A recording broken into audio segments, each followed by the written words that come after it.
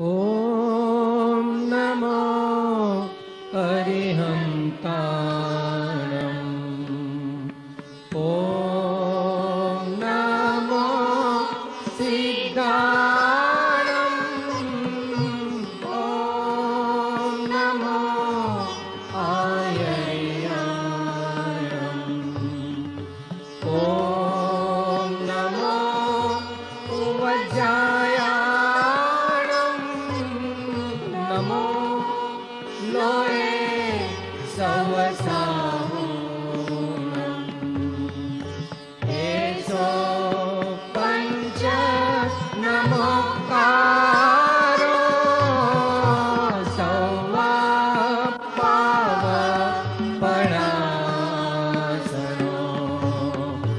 मङ्गलाणं च सौवेसिं परमं हवै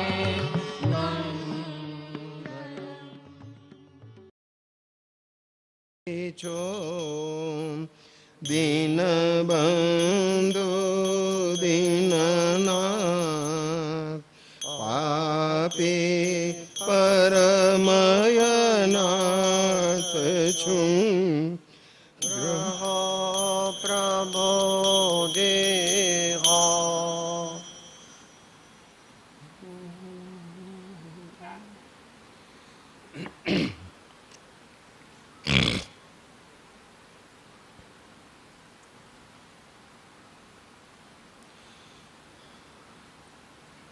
ગુરુ પૂર્ણિમાનો પ્રસંગ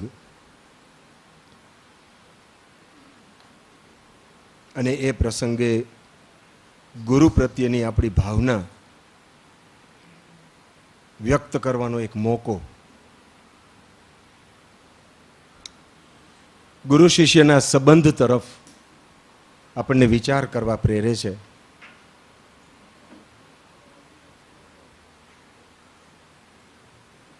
એમાં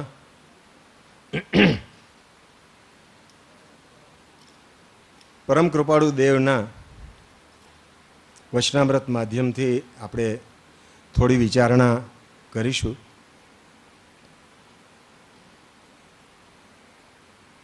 મને દરેક વખતે એમ થાય કે સાહેબજી જે કહે એ પ્રમાણે આપણે થોડુંક વિચારીએ. એટલે એ અનુસાર મેં એમને પૂછ્યું છે અને એમણે મને એમ કહ્યું છે કે જીવ કોઈ રીતે આત્માર્થી બને, મુમુક્ષુ બને, એ તરફ થોડુંક આપણું લક્ષ્ય વધે, આપણો પુરુષાર્થ વધે, એ પ્રમાણેની કંઈક વાત આપણે કરવી જોઈએ. જ્ઞાની પુરુષોની દરેક વાત જીવ ગમે તેટલો નબળો હોય તો પણ એનામાં પુરુષાર્થ પ્રેરવાની હોય છે. ગમે તેટલો નબળો હોય, અશક્ત અને અબૂધ પણ હોય તો પણ, પત્રાંક 843માં, અશક્ત અને અબૂધ હોય તો પણ એનામાં કેમ કરીને આધ્યાત્મ માર્ગની અંદરમાં પુરુષાર્થ વધે એ તરફ જ એમના બોધનો પ્રવાહ હોય છે.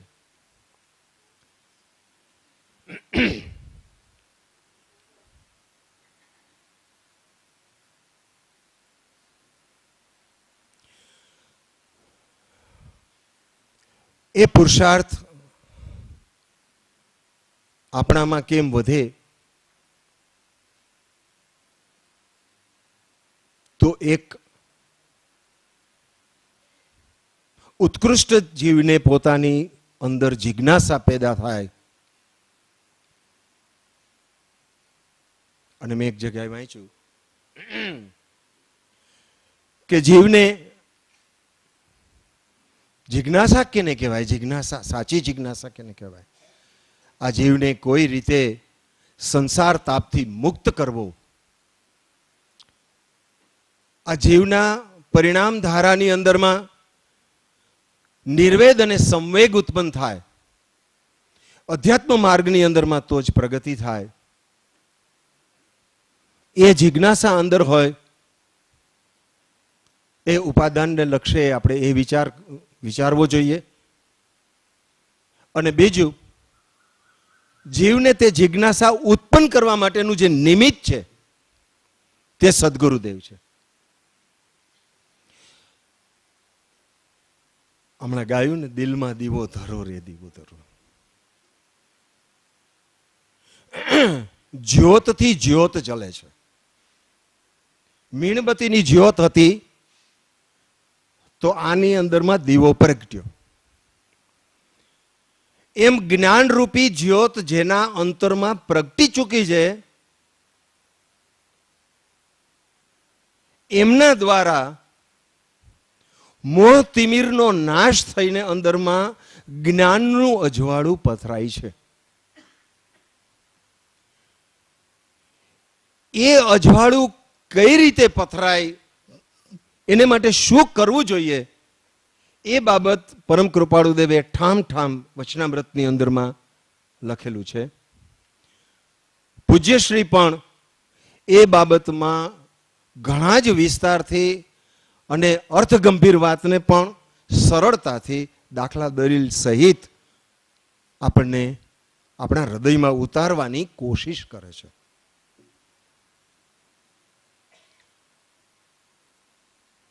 એ એક બીજી વાત છે કે આપણા હૃદયમાં કેટલી ઉતરી અથવા આપણા હૃદયમાં કેમ નથી ઉતરતી, એક બીજી વાત છે. પણ એમના તરફથી પ્રયત્ન પૂરો છે. એમ હું આ છેલ્લા કેટલાક વખતથી તો અવારનવાર આવું છું, ફ્રિકવન્ટલી આવું છું. એમાં 75મું વર્ષ હતું ત્યારે તો દર મહિને હું આવતો, બરાબર ને?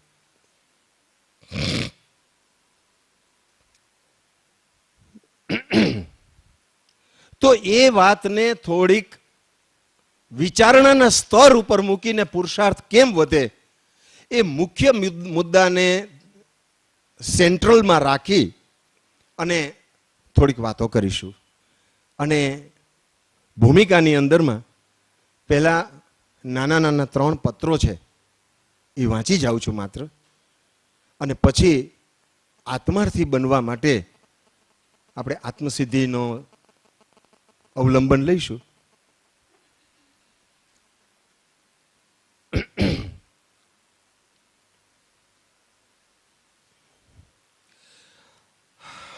પત્રાંક છે 817.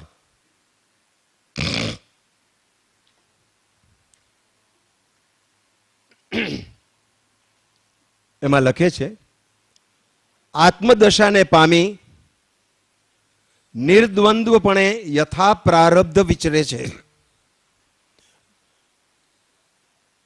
જ્ઞાની પુરુષ અને શિષ્યને નજરમાં રાખીને આ પત્ર વાંચવો. ઘણીવાર પત્ર કેમ વાંચવો એ પણ આપણે વિચારી લેવું. આત્મદશાને પામીને નિર્દ્વંદ્વપણે, જેને એક પણ પ્રકારના દ્વંદ્વો ઉત્પન્ન થતા નથી, સારું ખરાબ, મારું તારું, આ મારો ભક્તિનો કર્તા છે માટે મારો છે, એવું કશું ઉત્પન્ન થતું નથી. એવા નિર્દ્વંદપણે અને કેમ વિચરે છે? યથા પ્રારબ્ધ વિચરે છે. સદગુરુના લક્ષણમાં આ લક્ષણ મૂક્યું છે, આત્મજ્ઞાન સમદર્શિતા વિચરે ઉદય પ્રયોગ. તો યથા પ્રારબ્ધ વિચરે છે એવા મહાત્માનો યોગ જીવને દુર્લભ છે. તેવો યોગ બનીએ, જીવને તે પુરુષની ઓળખાણ પડતી નથી. અને તથારૂપ ઓળખાણ પડ્યા વિના તે મહાત્મા પ્રત્યે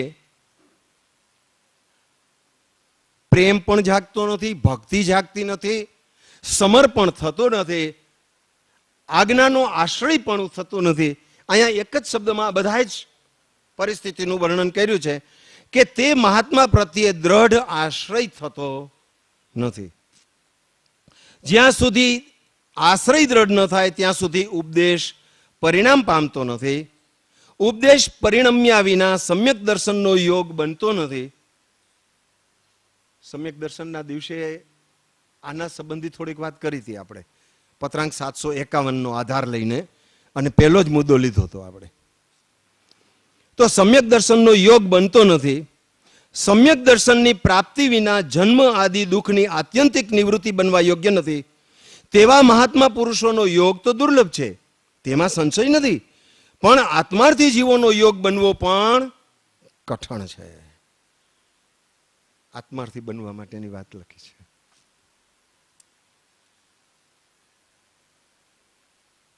આપણે આપણી જાતને આત્માર્થી છીએ કે કેમ તે નિષ્પક્ષપાતે વિચાર કરવો, અપક્ષપાતે વિચાર કરવો. આપણો વિચાર ચાલી ન શકે તો મહાપુરુષને પૂછવું. એટલું જ નહીં પણ એમ પણ પૂછવું કે તો સાહેબ કેવી રીતે આત્માર્થીપણું થાય એ બતાવો. બાળકની જેમ પૂછવું. પોતે કશું જ જાણતો નથી એમ પહેલા નક્કી કરીને પછી પૂછવું. પૂછતી વખતે કોઈ પ્રકારનો દંભ ન આવી જાય એનું ધ્યાન રાખીને પૂછવું. ગૌતમ સ્વામી મહાવીર સ્વામીને પૂછતા હતા એમ પૂછવું.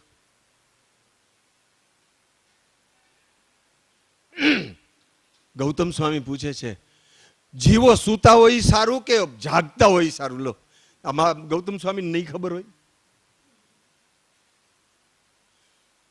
ગુરુ શિષ્યના સંબંધ કેવા હોવા જોઈએ, કેવો વિનય હોવો જોઈએ, કેવી દ્રષ્ટિથી પૂછાવું જોઈએ, કેવી આજ્ઞા મેળવવી જોઈએ, આજ્ઞાની ભીખ પણ માગવી જોઈએ, આવું બધું વિચારવું જોઈએ. ભવિતવ્યતા હશે ત્યારે આજ્ઞા આપશે એમ નહીં. તથારૂપ પુરુષાર્થ કર્તવ્ય છે. તો આત્માર્થી જીવોનો યોગ બનવો પણ કઠણ છે, તો પણ ક્વચિત ક્વચિત તે યોગ વર્તમાનમાં બનવા યોગ્ય છે. સાંત્વન છે. ક્વચિત ક્વચિત પણ લખ્યું છે. કોઈ એક ગુણની વૃદ્ધિ થાય અને જીવને અંદરમાં આનંદ થાય તો એટલા પૂરતું સમ્યક દર્શનનું બળ વધતું નથી. સમ્યક દર્શન સમુચ્ચય ગુણનો વિકાસ એની અપેક્ષા રાખે છે. અનેક પ્રકારના ગુણોનો વિકાસ આત્માની અંદરમાં થવો જોઈએ એવી એક અપેક્ષા રાખે છે. તમે એમ કહેશો કે માત્ર વિનય ગુણ, પછી ભલે વિનય ગુણથી બીજા ગુણોની પ્રાપ્તિ થાય, સહાયક ગુણ બને, એક જુદી વાત છે, પણ ગુણ તરફ લક્ષ્ય હોવું જોઈએ અને એ પહેલા દોષની નિવૃત્તિ હોવી જોઈએ. અહીંયા એ વસ્તુ એક અમસ્તી વિચારણામાં મૂકી છે તમને. તો પણ ક્વચિત ક્વચિત તે યોગ વર્તમાનમાં બનવા યોગ્ય છે. સત સમાગમ અને સતશાસ્ત્રનો પરિચય કર્તવ્ય છે. ઓમ.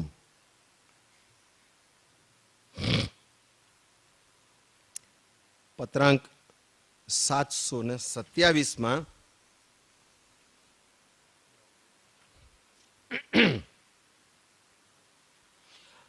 ધારશીભાઈને મોરબી લખે છે, ન્યાયાધીશ છે. આયુષ્ય અલ્પ અને અનિયત પ્રવૃત્તિ. ધારશીભાઈ લખે છે કે આપણને લખે છે એ વિચારવું.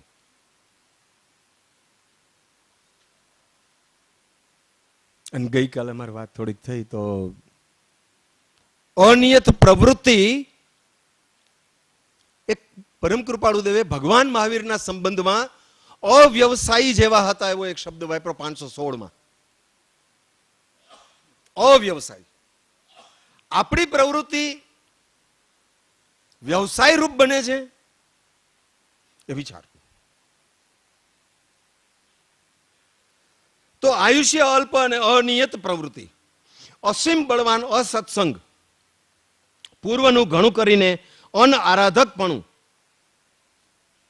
બળવીર્યની હીનતા, એવા કારણોથી રહિત કોઈક જ જીવ હશે. એવા આ કાળને વિશે પૂર્વે 2 વિભાગ પાડી શકાય પત્રના.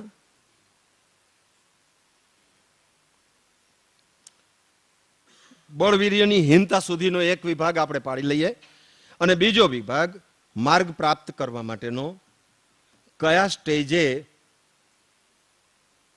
પહોંચવું જોઈએ. ચાલો આપણે ક્યાં છીએ નથી પૂછવું. હે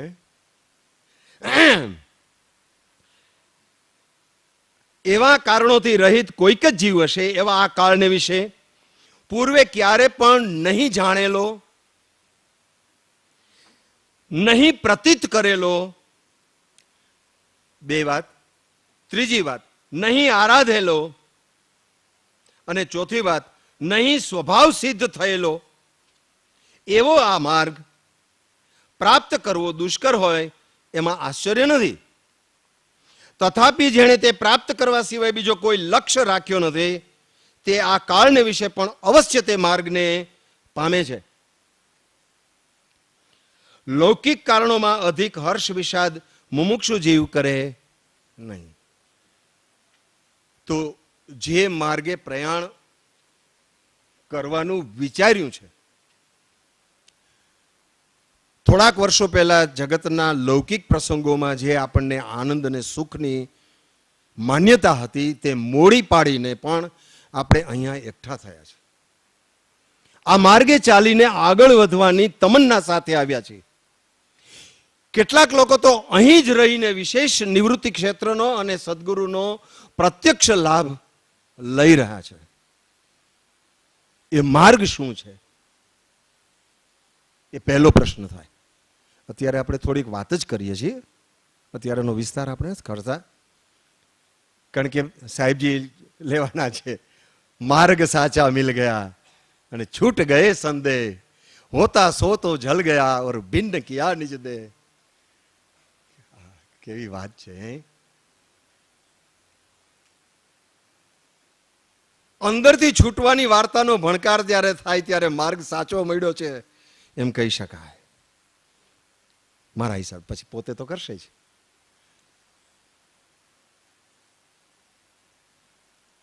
જ્યાં સુધી અંદરથી છૂટવાની વાર્તા નથી દેખાતી, છૂટવાનો ભણકારો નથી આવતો અંદરથી, અંદરનો માયલો બોલે છે એને સાંભળો છો?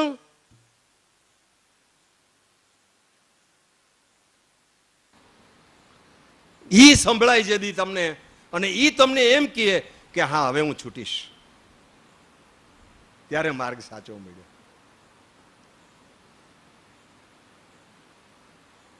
ઘણાને માયલો સંભળાતો જ નથી અને સંભળાય તો એની વાત પ્રત્યે બહેરાશ પ્રગટ કરે છે. બેરાશ થવી.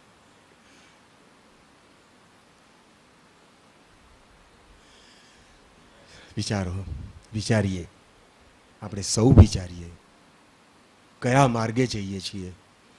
અને બીજું કે જે માર્ગે ચાલવા નીકળ્યા છીએ તે માર્ગ સ્વભાવ સિદ્ધ ન થાય ત્યાં સુધી આપણી યાત્રા ચાલુ જ રહેવાની છે. કદાચ એનાથી આગળ પણ ચાલુ છે, પણ એટલીસ્ટ આ જન્મમાં એટલી તો ચાલુ પૂરી થઈ જ જવી જોઈએ છે. આ ચારેય મુદ્દા, નહીં જાણેલો, નહીં પ્રતીત થયેલો, નહીં આરાધેલો અને નહીં સ્વભાવ સિદ્ધ થયેલો, આ ચારેય મુદ્દા આ જન્મની અંદરમાં માર્ગ પ્રાપ્તિ વિશે થઈ જવા જોઈએ. બરાબર? આ માર્ગને સ્વભાવ સિદ્ધ કરવા માટે થઈને કેટલા પ્રમાણમાં પુરુષાર્થની આવશ્યકતા છે એનો વિચાર કરવો.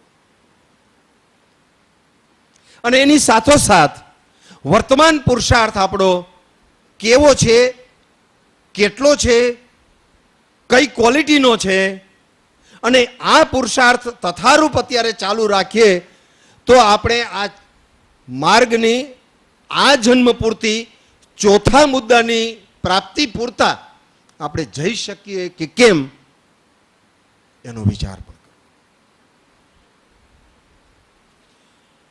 પણ ઘણા સ્વાધ્યાયો સાંભળ્યા છે, ઘણા સ્વાધ્યાય કર્યા છે, ખૂબ એકાગ્ર ચિત્તથી આપણે સાંભળતા પણ હોઈએ અને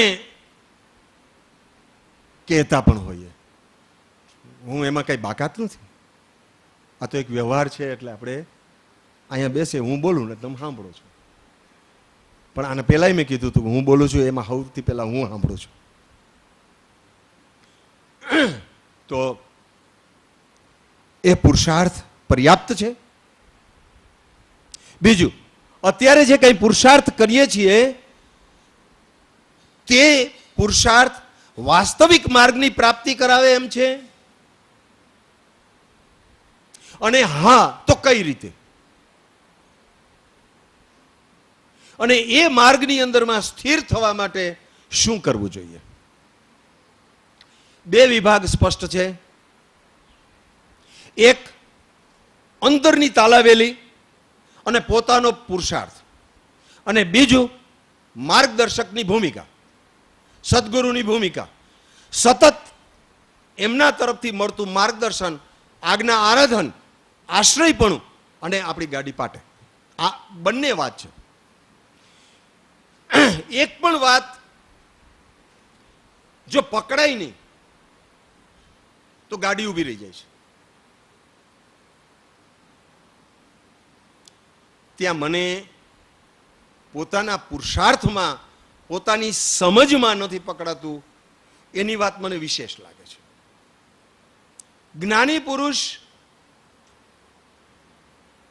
કૃપાળુદેવે પણ કહ્યું છે કે એણે કહેવામાં બાકી રાખ્યું નથી, પણ જીવે કરવામાં બાકી રાખ્યું છે.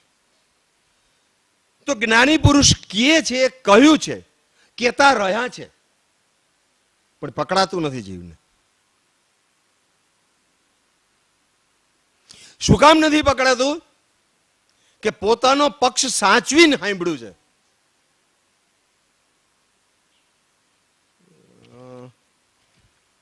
પરમ કૃપાળુ દેવે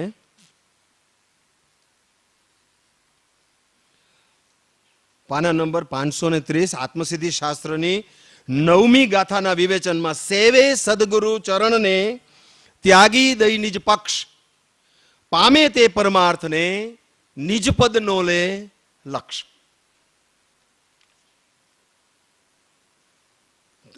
પહેલા આટલી વાત પૂરી કરી લો, પછી એક બીજી વાત કરવી છે. એમાં નીચેથી ત્રીજા પેરેગ્રાફમાં પોતે જણાવે છે કે જે પોતાના પક્ષને ત્યાગી દઈ સદગુરુના ચરણને સેવે તે પરમાર્થને પામે. અર્થાત પૂર્વે સદગુરુનો યોગ થવાની વાત સત્ય છે, પરંતુ ત્યાં જીવે તેને સદગુરુ જાણ્યા નથી અથવા ઓળખ્યા નથી.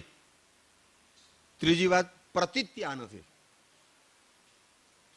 ત્રણેય શબ્દ જુદા લખવાનું એક સ્પેસિફિક કારણ છે.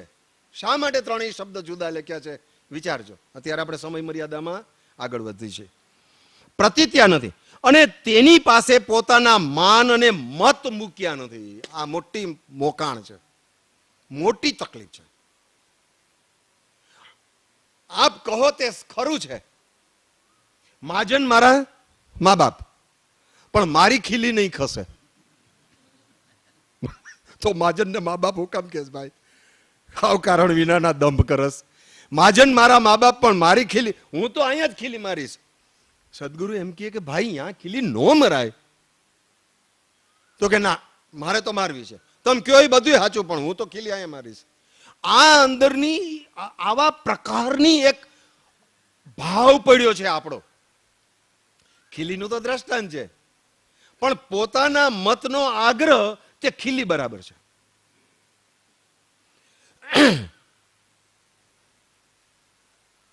પોતાના માન અને મત મૂક્યા નથી અને તેથી સદગુરુનો ઉપદેશ પરિણામ પામ્યો નથી. અને જો ઉપદેશ પરિણામ ન પામે તો સમ્યક દર્શન થાય નહીં. સમ્યક દર્શન ન થાય તો જન્મ મરણ આદિથી મુક્તિ ન થાય. બરાબર છે? અને પરમાર્થની પ્રાપ્તિ થઈ નહીં. એમ જો પોતાનો મત એટલે કે સ્વચ્છંદ અને કુળ ધર્મનો આગ્રહ દૂર કરીને સદ ઉપદેશ ગ્રહણ કરવાનો, પછી એક શબ્દ લખ્યો છે જુઓ, કામી, ઈચ્છાવાન. આ ઈચ્છા કેવા પ્રકારની હોય? ઈચ્છાનું તારતમ્ય ભેદ કેટલો હોય, કેવો હોય તો કામ થાય?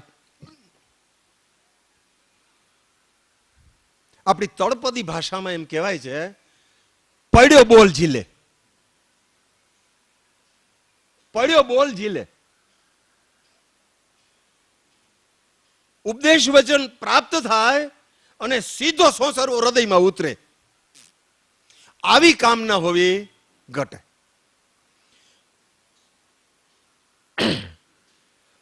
આવો કામી થયો હોત તો અવશ્ય પરમાર્થ પામત.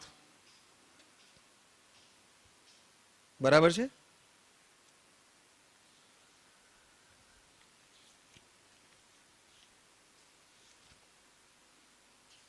અને જો આવો કામી થયો હોય તો આ કાળને વિશે અવશ્ય તે માર્ગને પામે છે. બે વાત. ત્રીજી વાત એક એવી મહત્વની લાગે છે અને એ વાત પરમ કૃપાળુ દેવે પૂજ્ય શ્રી સૌભાગભાઈને લખી છે. સૌભાગભાઈના અંતિમ દિવસો છે, દેહત્યાગ થવાની નજીક પોતે પહોંચ્યા છે.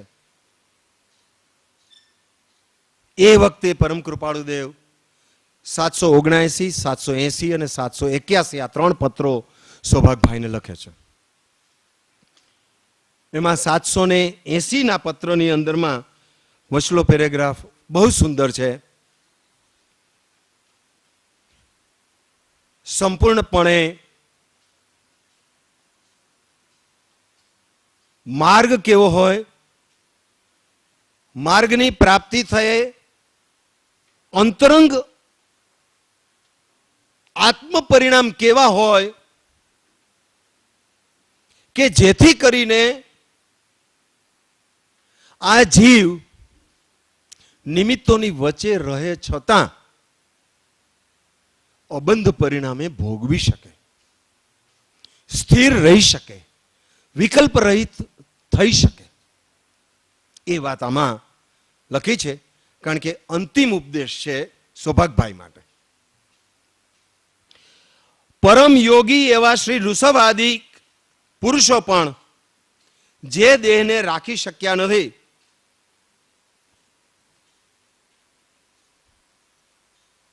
પરમ યોગી, યોગી શબ્દ લખ્યો છે, એવા પણ પુરુષો જે દેહને રાખી શક્યા નથી, તો આપણે તો ક્યાંથી રાખી શકવાના હતા? બીજું આપણું આયુષ્ય અલ્પ, હમણાં પહેલાના પત્રમાં જોયું 100 વર્ષ પૂરા થતા તો નથી. 80-85 હોય તો બહુ થઈ ગયું. એ 80-85 માં 10-15 વર્ષ તો પાછલા જીવનના કે જેમાં કાંઈ પુરુષાર્થ થાય નહીં. વાંસો દુખે, ગોઠણ દુખે, માથું ભારે ભારે થઈ જાય, એક અડધી પોણી કલાકથી જાજુ વાંચી ન શકાય અને પછી એમ થાય કે હાલો હવે ઊભા થઈ જાય. શારીરિક નિર્બળતા, માનસિક અસ્વસ્થતા, આવી પરિસ્થિતિની અંદરમાં અને ગ્રહસ્થ જીવનની અંદરમાં ઓછામાં ઓછા 40 વર્ષ તો બાદ કરો. લગ્ન થયા, બાળકો થયા, એની સાર સંભાળ, એને માટેની વ્યવસ્થા જે કંઈ હોય એ 40-45 વર્ષ એ પાછળ શું વધ્યું? એટલા વખતની અંદરમાં પણ આપણે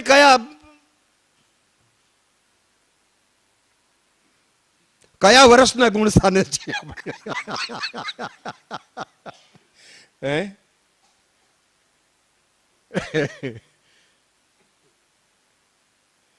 દાખલા તરીકે હું મારી વાત કરું તો મને 68 ચાલે છે. હવે મારે કેટલા બાકી? વિચાર આવે ને.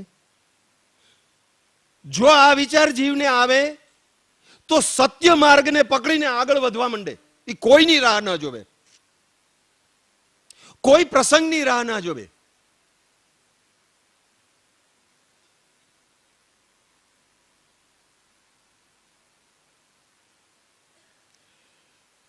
તો એવા ઋષભાદિ દેવને રાખી શક્યા નથી. તે દેહમાં એક વિશેષ પણ રહ્યું છે, તે એ કે તેનો સંબંધ વર્તે ત્યાં સુધીમાં જીવે અસંગપણું, નિર્મોહપણું કરી લઈ અવ્યાબાદ અનુભવ સ્વરૂપ એવું નિજ સ્વરૂપ જાણી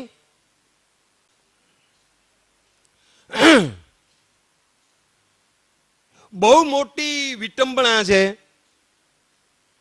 કે જીવ બધા જ બહારના સાધનો કરતા કરતા પણ મનની અંદરમાં એક અજંપાને સેવી રહ્યો છે. જે હું એમ માનું છું કે કદાચ તમારામાંથી કોઈકને હશે બી કરું, બધાયનું હોય એમ હું નથી કહેતો. કંઈક અજંપો છે. એ મનમાં એમ થયા કરે છે કે મારી પ્રગતિ કેમ નથી થતી.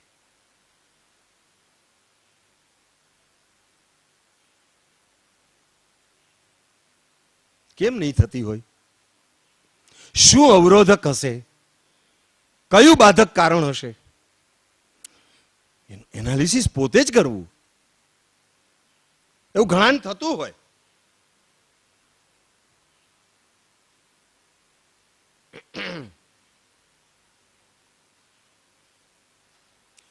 દીનબંધુની એવી કૃપા છે, 176માં પત્રમાં પરમ કૃપાળુ દેવ લખે છે, દીનબંધુની એવી કૃપા છે કે છૂટવાના કામીને બાંધતો નથી ને બંધાવાના કામીને છોડતો નથી, એવું લખે છે. અહીં વિકલ્પી જીવને એવો વિકલ્પ થાય કે જીવ તો છૂટવા જ ઈચ્છે છે, છતાં બંધાય છે કાં?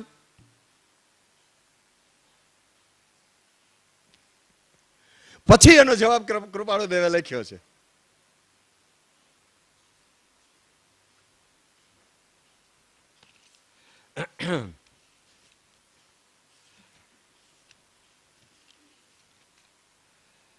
એ વિકલ્પની નિવૃત્તિ એટલી જ છે કે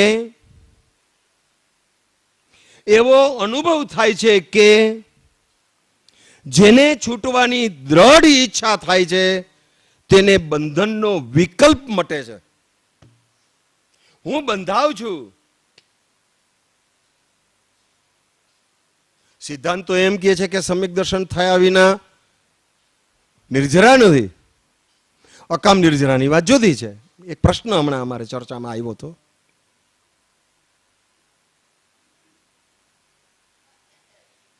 તો ત્યાં સિદ્ધાંતનો આશ્રય લેવો કે અધ્યાત્મનો આશ્રય લેવો? આખું વચનામૃત તમે તપાસો.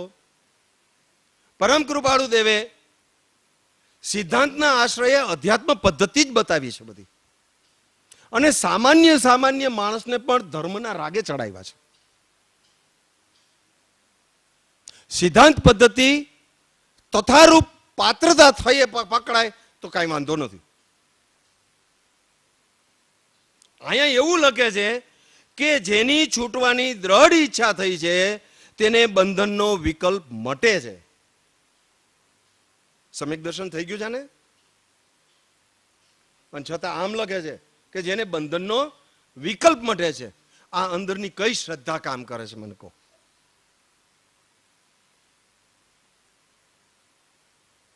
કેવડી શ્રદ્ધા કામ કરે છે?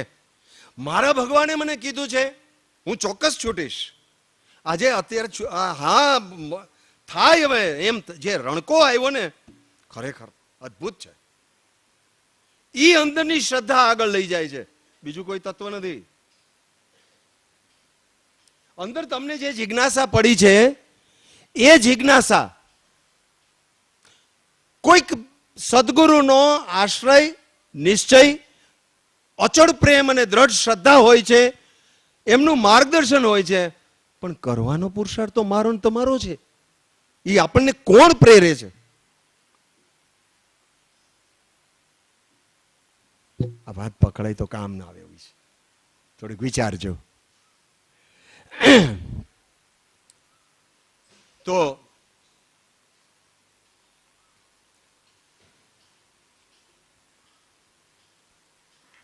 અસંગપણું અને નિર્મોહપણું ઘણી આગળની દશા છે. નિર્મોહપણું થાય એટલે શું થાય? સંકિત થાય. સંકિત પહેલા આપણી ભૂમિકા શું હોવી જોઈએ? એ 8 દ્રષ્ટિની સજાઈમાં પેલી 4 દ્રષ્ટિ વિસ્તારપૂર્વક કહેવામાં આવી છે. વિસ્તારપૂર્વક કીધી છે કે સંકિત પહેલા જીવની કેવી દશા અને કેવો પ્રોગ્રેસ હોય એ મૂક્યું છે. અને પરમ કૃપાળુ દેવે પણ કેટલીક વાતો આ પ્રમાણે કરી છે. આત્મસિદ્ધિની અંદરમાં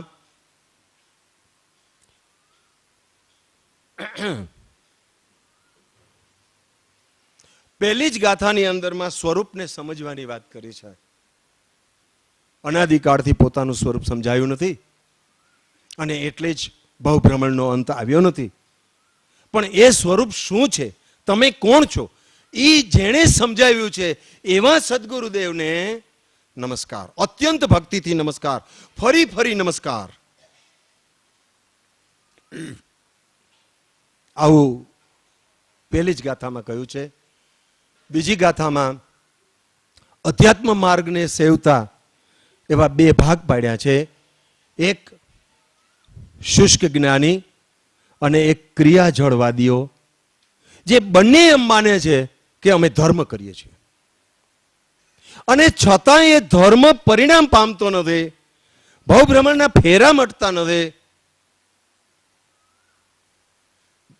ક્રિયા બંને સાચી કરે છે બહારથી,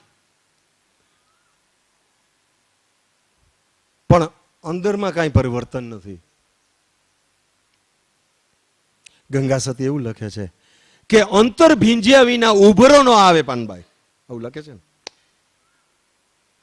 પ્રેમનો ઉભરો ન આવે ત્યાં સુધી કાચું છે, ને કાચું છે એટલે ખાટું છે.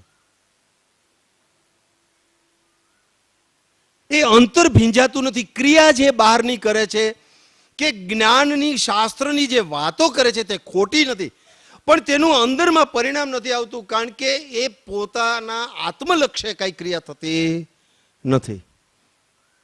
આગળ વધતા ત્યાગ અને વૈરાગ્યની વાત કરે છે. 8મી ગાથામાં વિવેક પ્રગટાવવાની વાત કરે છે. વિવેક. ત્યાર પછી સદગુરુનું સ્વરૂપ બતાવે છે. સ્વચ્છંદ નિવૃત્તિની વાત કરે છે. વિનય ગુણ જેને હોય તેને સહજ થાય એમ છે એવી વિનયની 3 કે 4 ગાથા પણ આપે છે. આવો વિષય પ્રારંભ કરી અને સીધા મતાર્થીના લક્ષણની અંદરમાં આવે છે. એ મતાર્થીના લક્ષણ અને આત્માર્થીના લક્ષણ આપણે આજના 15 મિનિટમાં અને આવતીકાલના સ્વાધ્યાયની અંદરમાં યથાશક્તિ વિચારશું. પણ ગુરુ પૂર્ણિમા છે, પણ ગુરુનો ભાવ સમજવો એ મુખ્ય વસ્તુ છે. એટલે 718ના પત્રની અંદરમાં જે વિવેચન છે એમાં 9મી ગાથાનું વિવેચન વિશેષથી વિચાર કરવું, 10મી ગાથાનું પણ વિવેચન જે છે, 11મી ગાથા અને 12મી ગાથાનું જે છે એ બધા જ સદગુરુને લગતા એ શાંત ચિત્તે વિચારી જવા, કે જેથી કરીને મતાર્થી અને આત્માર્થીના લક્ષણોનો જે આપણે વિચારણા કરીએ એમાં ઉપયોગી થાય.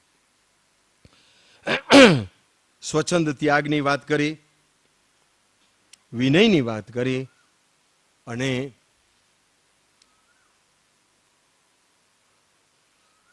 છેલ્લી 2 ગાથાની અંદરમાં કહે છે, હોય મુમુક્ષુ જીવ તે સમજે એ વિચાર.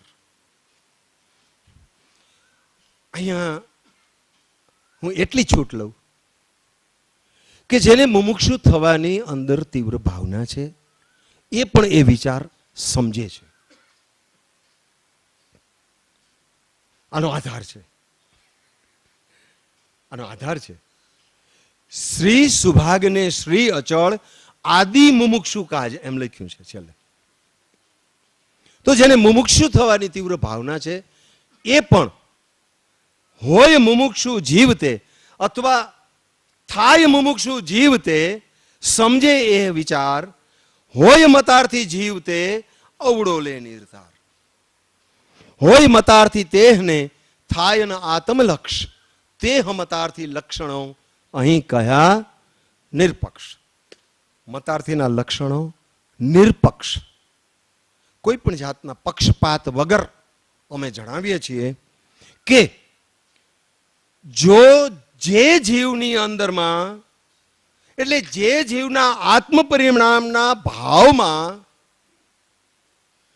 આવા પ્રકારની ભાવના હોય, માન્યતા હોય, અભિપ્રાય હોય, તો તે મતાર્થી છે, આત્માર્થી નથી. જ્યાં સુધી મતાર્થીપણું મટતું નથી ત્યાં સુધી આત્માર્થીપણું પ્રાપ્ત થતું નથી. વિષય તો ખરેખર લાંબો છે, પણ થોડુંક ટૂંકામાં જ મારે જવું પડે એવું છે. નહીં તો પછી આપણે દર વખતે કહી છે બાકીનું તમે વિચારી લેજો. બરાબર ને?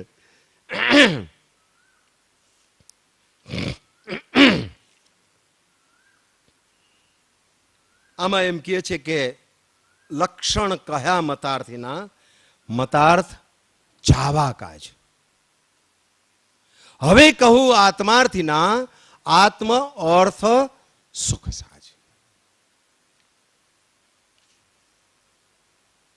તો આ મતાર્થીના લક્ષણની આપણે વિચારણા કરીએ તો એની એટલી વાત તમને કરી દઉં કે પહેલું સંકિત શું છે? સતદેવ, સદગુરુ અને સતધર્મની યથાર્થ શ્રદ્ધા, પ્રતીતિ. કૃપાળુદેવના વચનો મેં આના પહેલા તમને લોકોને કહ્યું હતું કે વચનો જોતા શ્રદ્ધા કરતા પ્રતીતિ શબ્દ એમણે સ્વીકાર્યો છે અને લખ્યો છે. જ્યારે આવા જ્ઞાની પુરુષ પ્રતીતિ શબ્દ લખે ત્યારે એ પ્રતીતિ એ શ્રદ્ધાનું કેવું સ્વરૂપ હોય એ પણ આપણે જીવને વિચારવા માટે પ્રેરે છે પોતે. અને સાહેબજીએ તો પરમ કૃપાળુદેવ માટે યુગ પ્રધાન પુરુષ એવી પણ એમને માટે થઈને વાત મૂકી છે કે જે 500 વર્ષ પહેલાનું અને 500 વર્ષ પછીનું જે જોઈ શકે, સમજી શકે, જે નક્કી કરી શકે કે આવો કાળ આવશે, આવા જીવ થશે, આ જીવની અંદરમાં આવી આવી ભ્રાંતિઓ રહેશે અને આવી ભ્રાંતિની અંદરમાં માર્ગ ચૂકાશે. આવા યુગ પ્રધાન પુરુષ સૌથી પ્રથમ આપણને દેવગુરુ ધર્મની યથાર્થ માન્યતા કરવાનું સમજાવે છે.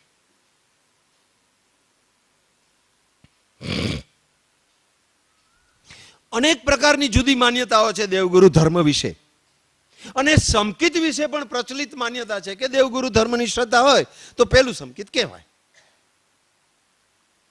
કૃપાળુદેવ એટલા નિડર, નિષ્પક્ષ અને મહાવીરના સાચા અનુયાયી હતા કે જેણે 751ના પત્રની અંદરમાં આ આખી માન્યતા જૈન સમાજની અંદરમાં બધા લોકોને હતી એક ધડાકે ખતમ કરી નાખી.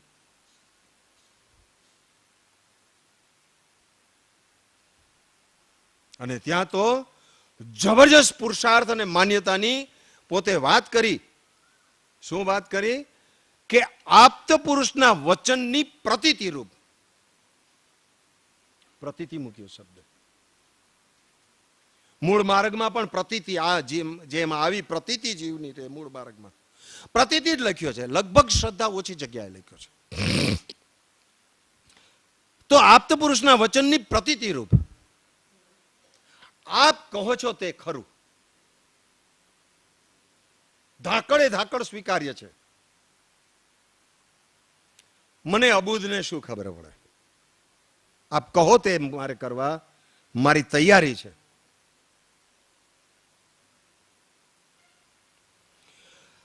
આજ્ઞાની અપૂર્વ રુચિ રૂપ શબ્દ મૂક્યો છે, અપૂર્વ. બરાબર? આની વિશેષ વાત અત્યારે એટલા માટે નથી લેતા કે આ વાત આખી ગયા વખતે આપણે લઈ લીધી ફેબ્રુઆરી મહિનામાં હું આવ્યો ત્યારે. અને સ્વચ્છંદ નિરોધપણે આપ્ત પુરુષની ભક્તિ રૂપ. બોલો, આ વાત અને દેવગુરુ ધર્મની શ્રદ્ધા. તો શ્રદ્ધા વગર કોઈ અપાસરે જાય છે? શ્રદ્ધા વગર કોઈ જીન પૂજા કરે છે? શ્રદ્ધા વગર કોઈ ક્રિયા કરે છે? પણ એમાં ભેદ છે, તફાવત છે. માન્યતા અને અભિપ્રાયની અંદરમાં ક્યાંક ભૂલ છે. અબ ક્યો ન વિચારત હે મન સે કછુ ઓર રહાઉન સાધન સે, બિન સદગુરુ કોઈ ન ભેદ લહે મુખ આગ લહે કહ બાત કહે. ભૂલ છે. એ વાત અહીંયા આપણા કોન્સેપ્ટ ક્લિયર કરવા માટે આ ત્રણેય વિશે સદગુરુ, સદધર્મ અને સતદેવ, આ ત્રણેય વિશે આપણા અભિપ્રાય શું છે, આપણા કોન્સેપ્ટ શું છે, આપણે કઈ માન્યતાથી આપણે એમને પૂજીએ છીએ, જોઈએ છીએ, એમની સાથે રહીએ છીએ, એમના પ્રત્યે વિનય કઈ રીતે વાપરીએ છીએ, એ આમાં બતાવે છે. બાહ્ય ત્યાગ પણ જ્ઞાન નહીં, તે માને ગુરુ સત્ય, અથવા નિજકુળ ધર્મના તે ગુરુમાં જ મમત્વ. બાહ્ય વેશ, લિંગ જુદા, આપણા ગ્રહસ્થ કરતા તો બિલકુલ જુદા. વેશ પહેરવાથી જો જ્ઞાની થઈ શકાતું હોય તો નાટકનો પાત્ર ભજવતો અભિનેતા એ જ્ઞાની થઈ જાય. પણ એવું થાય છે? તો બાહ્ય ત્યાગ પણ જ્ઞાન નહીં, તે માને ગુરુ સત્ય. એને ગુરુ સાચા માને છે, પણ તે સાચા નથી. આત્મસિદ્ધિની અંદરમાં 10મી ગાથામાં ગુરુની સ્પષ્ટ વ્યાખ્યા લખી અને આત્મજ્ઞાન ત્યાં મુનિપણું એ પણ વાત લખી. ત્યાં ગુરુની પ્રાથમિક આવશ્યકતા એ આત્મજ્ઞાન છે, જળ ચેતનનો વિવેક છે. જેને બંને દ્રવ્ય નિજ નિજ રૂપે સ્થિત થયા છે એવી વ્યક્તિ કે જેની વાણી અપૂર્વ છે, જે શાસ્ત્રનો જ્ઞાતા છે, જે ઉદય પ્રયોગે વિચરે છે, અને સૌથી વિશેષ જે શિષ્યના મનનું સમાધાન કરે છે.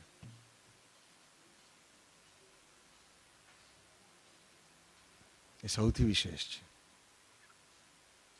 આત્મજ્ઞાન સમદર્શિતા વિચરે ઉદય પ્રયોગ, અપૂર્વ વાણી પરમશ્રુત સદગુરુ લક્ષણ યોગ. ગૌતમ ભગવાને વેદાંતના શ્લોકનો જે અર્થઘટન કર્યું તે અર્થઘટનમાં જ પોતે મૂંઝાતા હતા અને યજ્ઞ યાગાદી બધું કરાવતા હતા. સમાજની અંદરમાં જ્ઞાની તરીકે પૂજાતા હતા. એટલું જ નહીં પણ તીર્થંકર તરીકે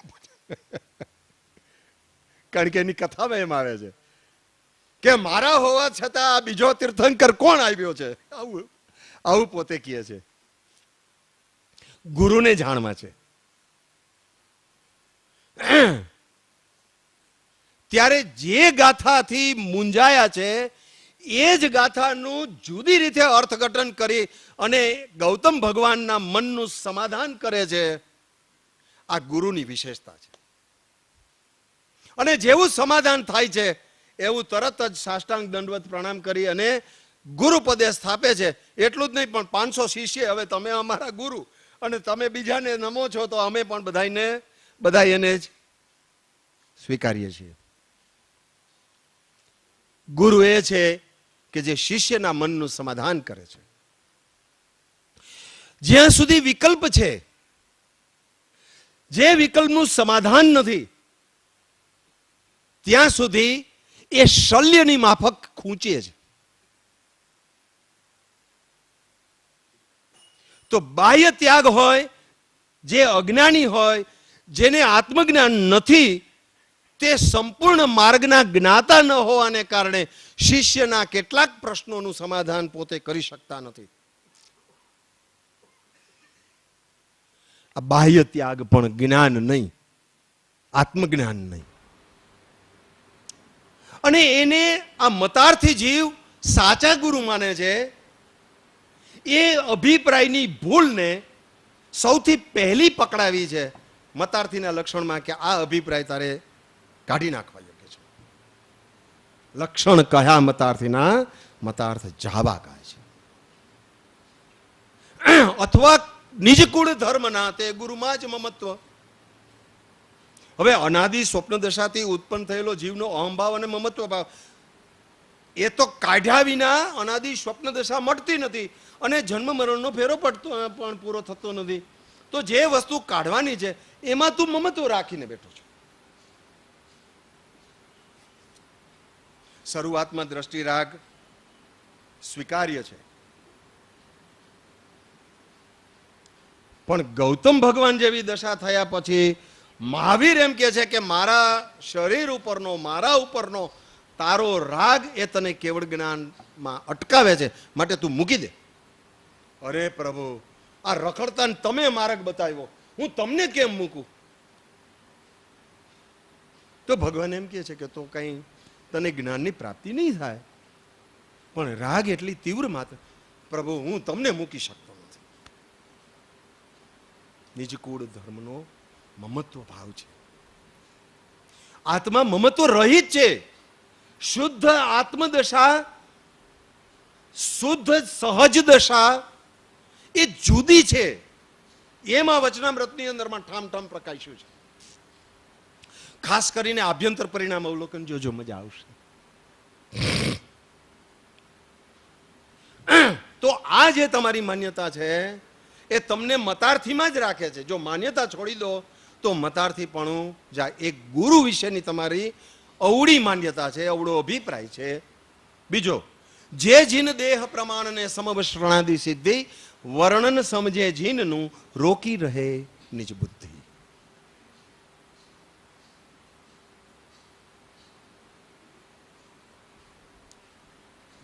સવા 11 થઈ ગયા અને આપણે સમયથી બંધાયેલા છીએ, એટલે હવે પછીના સ્વાધ્યાયની અંદરમાં આપણે આ વિચારણા લેશું. જો મતાર્થીપણું જાય તો સહેજે આત્માર્થીપણું આવે. કેટલીક વિશેષતા છે આત્માર્થી થવા બાબતમાં, એનો સમય અનુસાર આપણે ઉલ્લેખ કરશું. વિશેષ ઓમ શાંતિ. પણ પેલા 3 જે પત્રો આપણે વિચાર્યા છે કે જે ઋષભદેવ આદિ મહાન યોગી પુરુષો પણ આ દેહને રાખી શક્યા નથી, તે દેહની અંદરમાં એક વિશેષતા છે. એ વિશેષતા મારા તમારામાં પણ છે. માટે એ વિશેષતાનો ધ્યાનમાં લઈ અને પુરુષાર્થ આદરવો. નબળું ના પડવું ક્યારે. કૃપા વરસાવવા વાળા વરસાવી રહ્યા છે, ઝીલવાની તૈયારી રાખો. ઓમ.